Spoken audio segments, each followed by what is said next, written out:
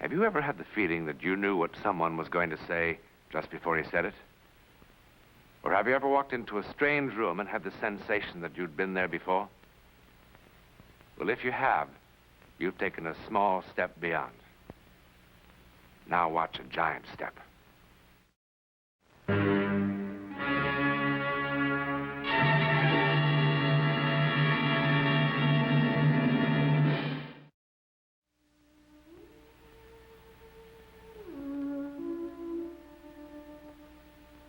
Do you like ancient castles? Well, this is a very special one. There are no ghosts who wail or rattle chains. There's nobody buried in the walls. But there is something that sets it quite apart. Something that happened in this very room centuries ago. As a matter of fact, it is still happening. Mr. Physician, what is this message? How is Jamie? Your son is dying, my lord. Dying? How can he be dying? Jamie! Jamie, lad, what's this stupid old fool talking about? Oh, get up, Jamie. Come, we'll pull their foolish old beards and send them running. Jamie. Lad. They told me you were the cleverest physician in all Europe. And this man's been with me for 20 years. And yet you stand here, the two of you in your velvet robes, like a couple of scrawny old women. I have bled the boy 7 times with leech and lancet. I have used lotions and emetics and plasters. If he's dying, you've done nothing. How could he be dying? My oldest son. My dearest son. How could he be dying? The Black Death could not kill him. It killed his mother. It killed his younger brothers, all except one. My daughter. But not Jamie. Yes, he seemed a strong young man. At first, I was hopeful. At first, I was hopeful. How can you stand there and take his death so lightly? My lord. Why is he dying? I don't know, my lord. You don't know? At first, I thought it was a turgid condition of the blood. You don't know? You calmly tell me he's dying. And you don't know why. My lord. You're a fraud. I have treated princes and kings. Oh, worse than a fraud. What are these? My medicines, of course. All your poisons. When you came here 12 days ago, my son was ill, but he wasn't dying. Well, what have you done with him? My lord, I cannot accept such an insinuation. With my lord's permission, I will leave at once. No, you will not, please. Stop him. What is this, a plot? A plot against me? No, my lord. Because of Jamie. Through Jamie. Do you hope to get at me? What have you been paid? No!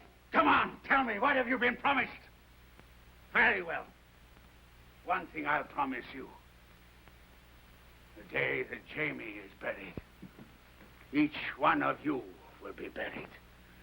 I must remind my lord that I am under the protection of the Prince of Padua. You are in my castle, Mr. Physician. The Prince of Padua is a long way away. But I have done everything I could. This is so unfair. Killed! Jamie! Killed! Killed! Hey, lad, rest now. Now, take it easy. Take it easy. In his delirium, he has called this woman's name constantly. I asked the servants. They say there was a young girl of that name living in your village for some months. They say the young man was most fond of the girl. Most fond? Idle women's chatter. She was a pretty thing. She had a bright way with her. But she meant nothing to my son. And yet he constantly speaks her name as he lies dying. What has the girl got to do with it? I think a great deal, my lord. Why did you send her away? Her father was a wheelwright. He had completed his business in the village. He moved on. The servants say otherwise. And so, you would prefer to listen to the servants? The boy will certainly die. I do not wish to be murdered, my lord. Why was the girl sent away? I told Jamie to give her up. And he defied me. For the first time in his life, he defied me. A loving son defying his father. The girl had bewitched him. My lord. What are you trying to say?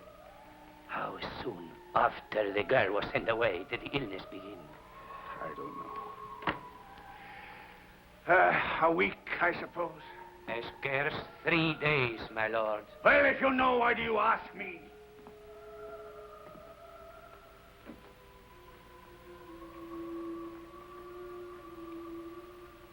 For almost 30 years I have practiced my arts. I have cut for the stones successfully more than 100 times. I have cured the plague, even after the carbuncles appeared. I have trepanned into the skulls of princes, releasing the noxious vapors, and they have prospered. But, my lord, when I am faced with this...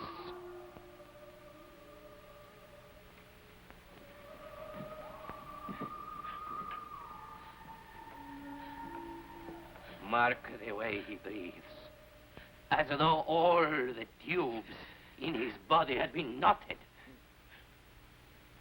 I have seen such agony before, my lord. In Naples, in Lausanne, in a village near Lyon. Each time the victim died. Each time I was helpless. Why? My lord just spoke the word. What word? Bewitched. Are you trying to save yourself? If you think so, kill me now, my lord.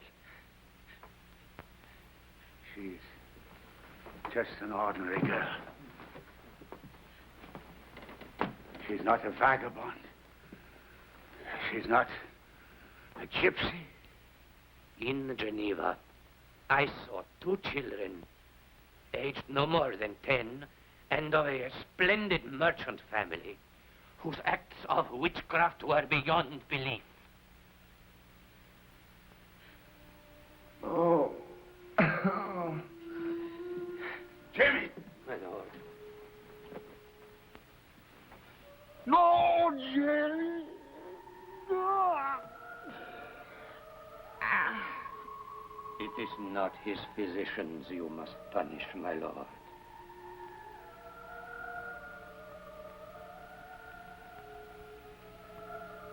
Find the girl. Bring her to me.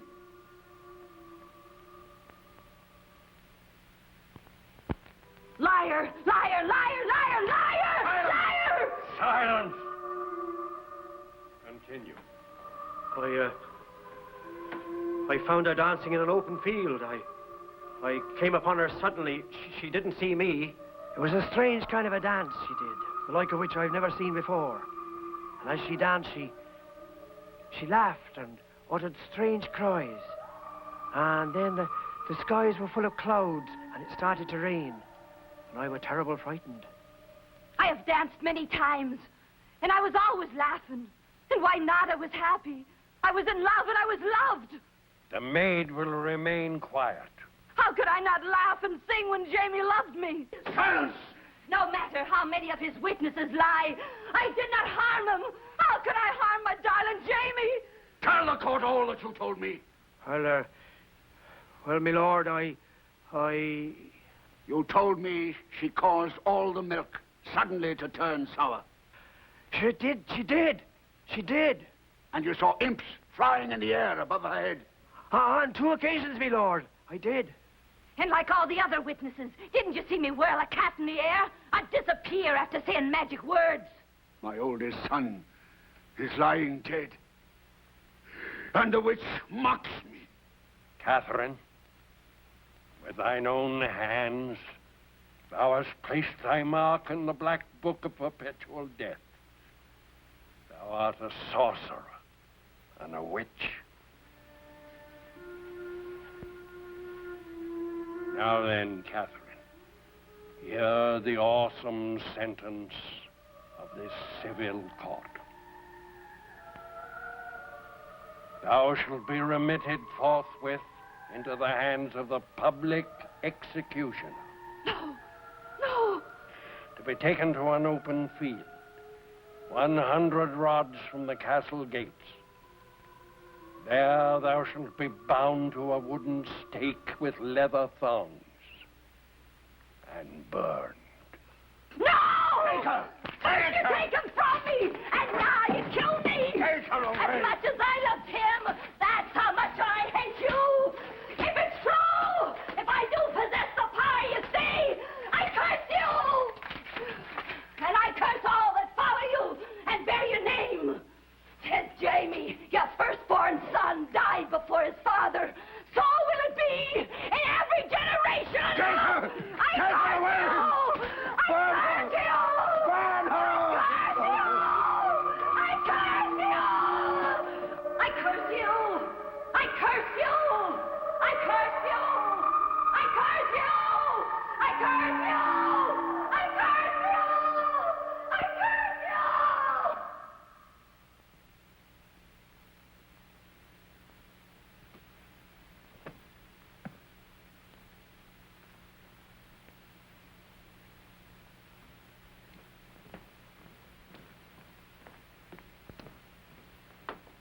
When?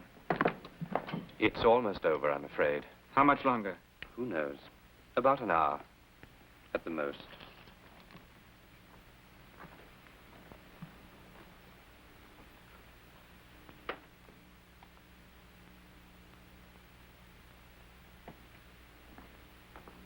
Will.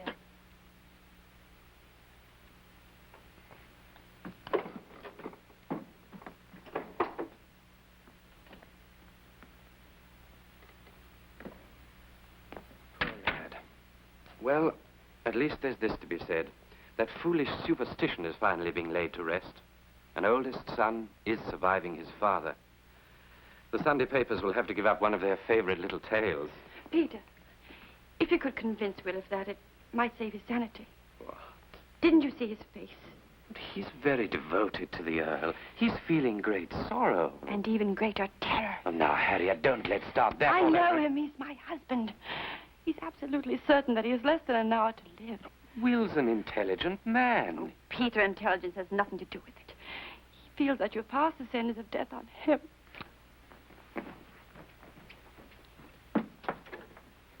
Will? Will? Oh, Will, darling. Leave me alone. Oh, for heaven's sakes, Will. Why the delegation? Can't I just be by myself? Well, you left the sick room in such a state. Harriet was a little worried about you. Now, look, Will, you really can't believe... Can't I? Will, darling, this isn't the Dark Ages. It's the 20th century. Tell that to Uncle Francis and Great-Uncle Peter. They both died in the 20th century. Millions died in the war that killed Francis. And thousands died of diphtheria in 1906, like Peter. Yes, here. And I suppose it's just one of those odd bits of chance that for 8 generations, the oldest Well, it son in his... certainly wasn't because some stupid peasant girl cried out a curse, I'll tell you that. Intellectually, I must believe you. Still, I'm absolutely certain that somehow, within the next hour, somehow, before my father dies, in the very best of health, at the tender age of 28, surrounded by my loved ones and my doctor, somehow I'm going to die! This emotionalism is senseless. Now, look, Will, I'm going to prepare a sedative for you that will put you to sleep for a couple of hours. No! Don't tell me no. I'm your doctor. Will, darling. Go after her. Tell him I'll not take his sedative. But, Do darling... as I say! Why, if it let you get some sleep? Can't you imagine why? Don't you know what wonderful thoughts are whirling around in my head? How is young William to die? A bolt of lightning? There isn't even a cloud in the sky. Will I be run over by a train? Here in my own house? Or will the roof fall in? It's managed to stay up there for 800 years. Oh, Will, you aren't going to die. Or will my doctor make a mistake? Prescribe the wrong medicine, the wrong dosage. Will, you're breaking my heart. Or will my darling wife become weary of her babbling husband and take a shotgun down from the wall and put him out of his misery? Stop it! Stop it! Stop it, Will! Oh, my darling. Oh, my darling. Tell him no sedative.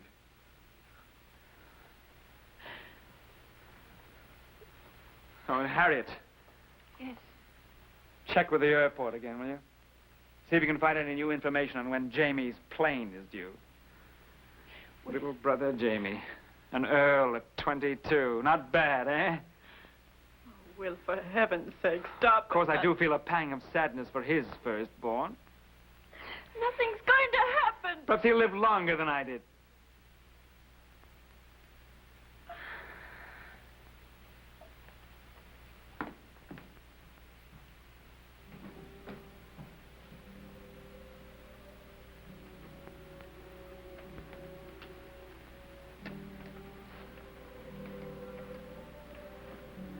How is it possible?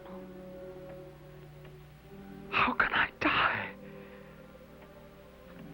How? How?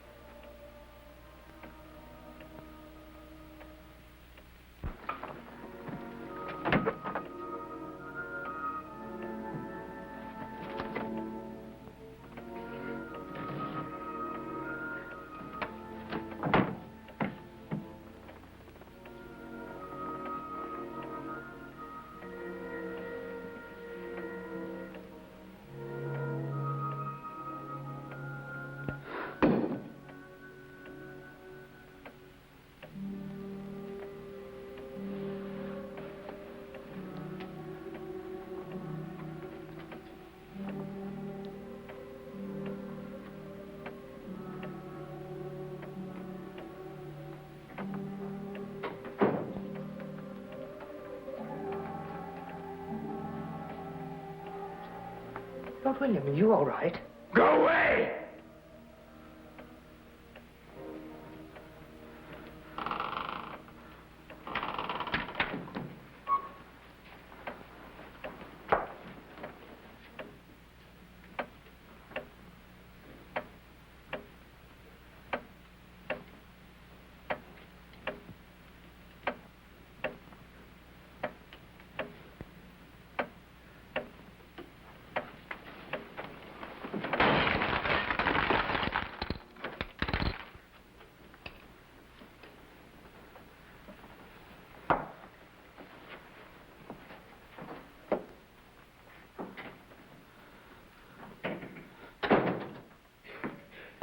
Will, I told you to leave me alone. your father just died.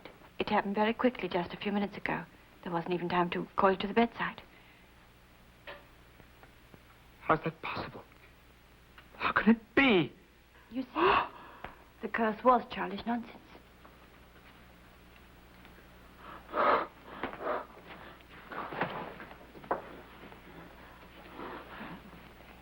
I feel as if... I don't know. I feel as if I'd just been born again. I feel as if a ton of rock had been lifted from my chest. He's dead. He's really dead. I can't tell you what these last minutes have been like. Oh, God. I know, darling, I know. I've died 10,000 times in this room, Harry. Suddenly, everything's all right.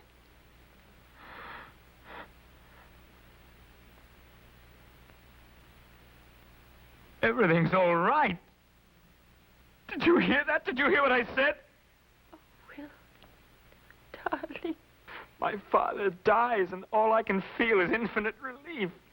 Oh, you poor darling, you've been through so much. He's dead, and all I want to say is thank God.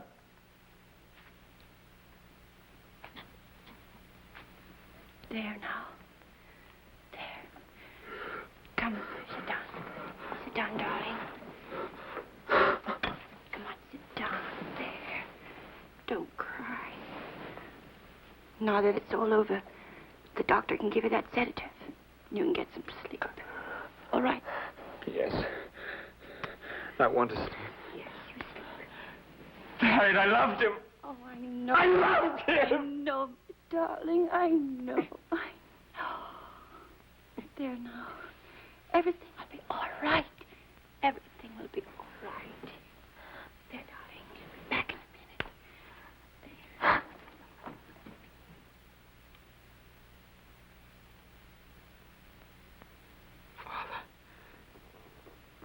I'm working as fast as I can. Now, just you relax, or I'll give you a shot, too. When he wakes up, he'll be all right. I hope so. I hope I've done the right thing. Of course you did the right thing. Poor chap's been under a strain enough to kill a horse.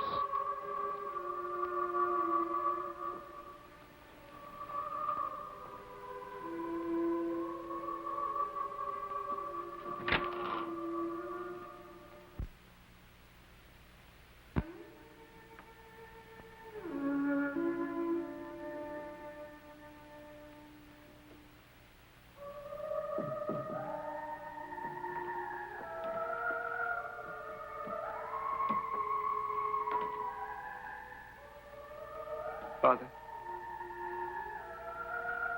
Father, I didn't want you to die.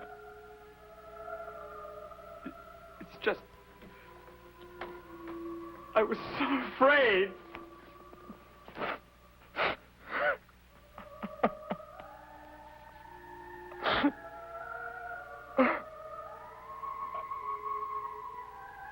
Forgive me, Father.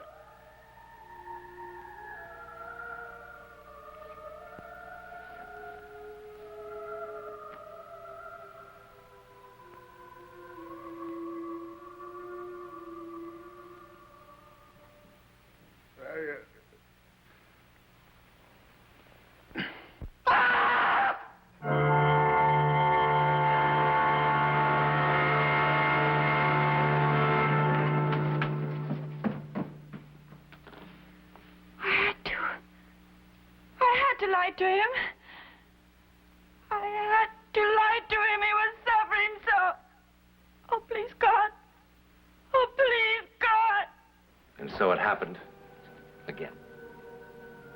In 1951, William's younger brother opened the castle to tourists who come in droves to see the place where the firstborn son of each generation was cursed by a witch so many, many years ago. But certainly Catherine could not have been a witch. Certainly her trial was a farce, and her death a tragic injustice. But then why has her curse been so effective? Well, if we want to fall back on our old friend, coincidence, the odds on such a coincidence are 3 billion to 1. In any event, James, the present Earl of Culdain and William's younger brother, has never married. Curse or coincidence, the Culdain line will end with him.